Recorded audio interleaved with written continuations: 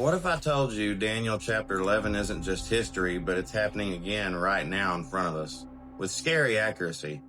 And what if the ancient kings of Persia, Greece, and Syria weren't just footnotes in biblical prophecy, but patterns, living blueprints that are repeating themselves today in the Middle East?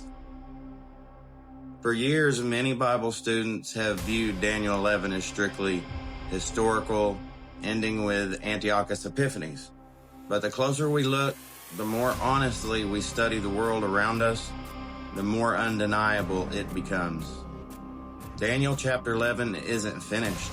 In fact, it's echoing, and those echoes are growing louder by the day. Daniel chapter 11 verse 2 to 19 details the rise and the fall of Persian kings, the conquest of Alexander the Great, the power struggles between the Seleucid kings in Syria, the north, and the Ptolemies in Egypt, the south. These are historical facts, every detail fulfilled with uncanny precision. But starting in verse 19, something strange happens. It stops just being history. It starts mirroring our time. Daniel 11:19 says, "The king of the north shall stumble and fall, and not be found." Historically, that was Antiochus III, the greatest king of the Seleucid Empire, who died suddenly while plundering a temple in Persia. But in modern times, doesn't that eerily mirror the death of Hafez al-Assad, the strongman of Syria, the father of Bashar al-Assad, the founder of the Assad dynasty? He died quietly, not in war, not in a coup, just as the prophecy says, not in anger or battle, and his son took his place. Then, Daniel 11, verse 20, a new king rises. He is not as glorious, he burdens the people, he sends tax collectors, but he doesn't last. Again, history points to Seleucus IV, who taxed the land to pay Rome and died under mysterious circumstances. But now we see something else. Bashar al-Assad, the son of Hafez, rises to power, not through war, but inheritance. His reign burdens the nation. Syria collapse economically. Civil war ravages the land. Iran, Russia, and global powers lean in. And yet, like Seleucus, Bashar's fall will come, not in anger or battle. Many believe that time has come and passed. But here's the jaw dropper. If verse 19 and 20 have modern echoes, then who is verse 21 about? Daniel 11 verse 21 says, "A vile person will arise, to whom they will not give the honor of royalty, but he shall come in peaceably, and seize the kingdom by intrigue." This is where history and future collide. Antiochus Epiphanes was the original model, but many scholars and countless watchmen believe this is the arrival of the final Antichrist, not through war, not through revolution, but through peace, diplomacy, and deception. Someone who doesn't belong in power, but takes it through flattery and false unity. And now the question that should chill every believer: who fits that profile better than Farouk al-Shara, the new president of Syria? This man was the longtime vice president and foreign minister of Syria, respected, known, but not worshipped, not feared, a diplomat, a peacemaker, most importantly, untainted by the chaos of Syria's civil war. He disappeared from the public eye, but was never declared dead or exiled. If Bashar were to fall today, which he has, al-Shara could return peacefully. He wouldn't need to fight. He wouldn't need to campaign. He would rise by flatteries. Just as Daniel said, quietly, suddenly, and with global approval. That would fulfill Daniel 11:21 in a terrifyingly literal way. And if you've been following this channel, then you already know that Daniel 9:27 is one of the most dangerously mistranslated verses in most of our modern Bibles. It still hasn't been fixed. The video that fully explains why is pinned in the comments. Please go watch it. And the correct translation from the Hebrew is, he shall cause to strengthen a covenant with many for 1 week. That means the covenant already exists. The Antichrist doesn't create it. He strengthens it. From the background, he enforces it. He accelerates it, and it's not a new treaty. It's something already on the table, already forming, and it will not be done openly, not in front of the cameras, not with world leaders shaking hands on TV. The strengthening is done subtly, quietly, and strategically, not to confirm a covenant in plain sight, but to cause it to strengthen in the background.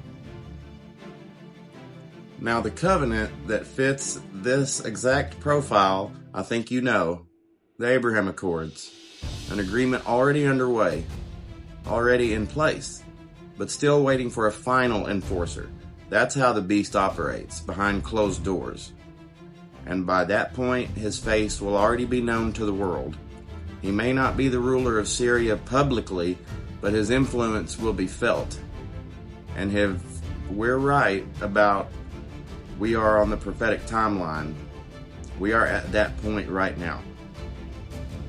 So then comes Revelation 13. The beast rises after a deadly wound is healed. Some think that wound is to the man, but what if the wound is to the system, the Islamic Caliphate? Once the terror of the world was dismantled in 1924, that was the wound. And now, if it rises again under the leadership of a Syrian diplomat who brings peace instead of war, then the world will marvel. Revelation says the dragon gives the beast his power, throne, and authority. And that doesn't happen overnight. It happens through deception, diplomacy, and false unity, a false peace. A dragon on the inside, but a lamb outside. Now let's talk about the number. The name Farouk does not equal 666 in Hebrew, Greek, or Aramaic. Neither does Mahdi. But Revelation 13:17 doesn't say the beast starts with the name. It says his name will hold that number. What if that name comes later? A new title, a divine claim, a messianic role of some kind, something given to him after the caliphate rises. Something that fulfills the prophecy when it's too late for the world to stop it. The signs and the wonders, the miracles, the deception, they won't come till later. They come after the man is in power. Now, this is how I believe this is going to all unfold. Assad's going to fall like he has. Al-Shura will rise like he has. Not by war, popularity, but by opportunity. Exactly how Daniel put it. He's going to strengthen an already existing covenant with many, the Abraham Accords. He's going to revive the caliphate, the deadly wound. He will take a new name, the mark, and only then will the lying signs and wonders start to begin. But by then, he's already going to be seated, and the trap will have been set for the entire world. I do want to be perfectly clear. I am not claiming to be a prophet. I'm just a watchman. And if I see the sword coming and say nothing, then according to Ezekiel 33:6, your blood's going to be on my hands. I don't want that. That's why I speak. That's why I research. And that's why I post.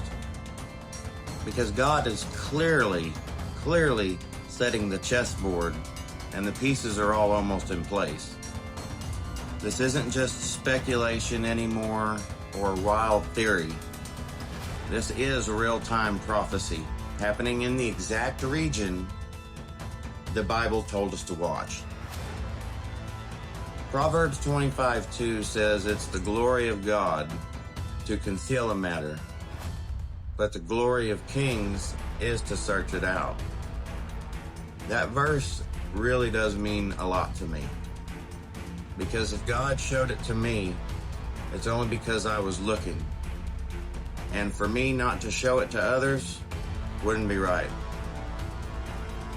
So if this video helped you in any way helped open your eyes even just a little, then maybe he might be showing you something too. So let's keep searching. Let's keep testing every word. Let's be kings in spirit by chasing the truth like our lives depend on it. Because it really does. Your salvation depends on it. So if this was helpful or insightful, if the Lord used it to wake up something in you, then please subscribe. Not for me, but so the truth can spread before they start censoring voices like this and channels like this. So share it with your friends, share it with your church, share it with your brothers and sisters, and especially in the Middle East. We here in America stand with you in the name of our Lord Jesus Christ. So shalom, shalom, and Maranatha more than ever, brothers and sisters.